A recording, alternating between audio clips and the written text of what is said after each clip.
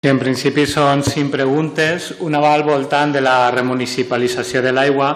Voldríem saber l'estat de l'informe sobre municipalització de l'aigua que estaven elaborant els tècnics tant d'infraestructures com de la part d'intervenció i secretaria i que a finals de la legislatura passada estava pràcticament acabat. I això ho subratlla perquè en juny la informació que teníem era que estava pràcticament acabat. Creiem que és un tema important i que mereixeria que es prioritzara. I no serveix que em diguen que vaig ser alcalde perquè les prioritats de les regidories que portava el PSOE en bona mesura les marcava el Partit Socialista o Podem en el seu cas.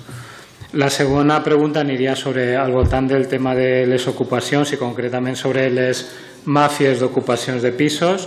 Sabem que la responsabilitat de la lluita contra les màfies d'ocupació de vivendes és de la Policia Nacional i sent coneixedors de les molèsties que aquestes provoquen en el veïnat i la degradació que poden comportar per a les finques on es poden donar aquestes situacions, volguera saber, senyor alcalde, com a president de la Junta de Seguretat, si en aquestes reunions amb la subdelegació de govern i a la Policia Nacional ha traslladat aquesta preocupació a la delegació de govern i a la Policia Nacional i quines mesures s'estan portant a terme de coordinació entre les dues policies.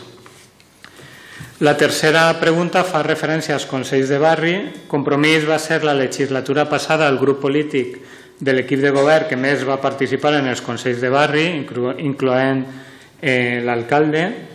Uns consells de barri en els que estem convençuts que hi havia molts temes a millorar, però comencem quasi el 6è mes de la legislatura i no sabem res d'ells ni de quina és la seva proposta en tema de participació ciutadana. La quarta pregunta fa referència a mobilitat d'infraestructures. Fa 3 anys que enviarem les al·legacions al pla d'ampliació de la B30. Volguerem saber si hi ha hagut alguna resposta oficial a aquestes al·legacions i si ha tingut ocasió de parlar el senyor alcalde amb el senyor Ábalos sobre aquest tema.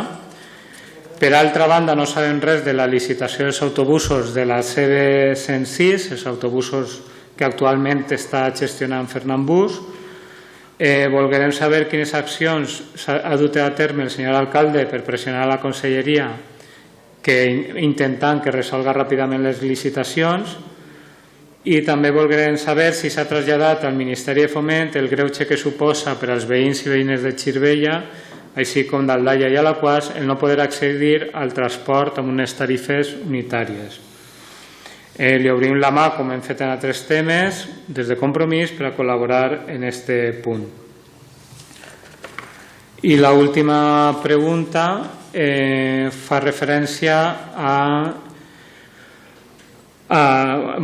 referent als temes d'infraestructures, evidentment se va fer una gran manifestació, però no era simplement parar el pla que tancava una entrada a Xirivella, sinó que el que es volia amb aquella manifestació gran que es va fer en Xirivella aconseguir una remodelació integral de l'accés a València que incorporarà millores, un pas segregat per a vianants i ciclistes, etc.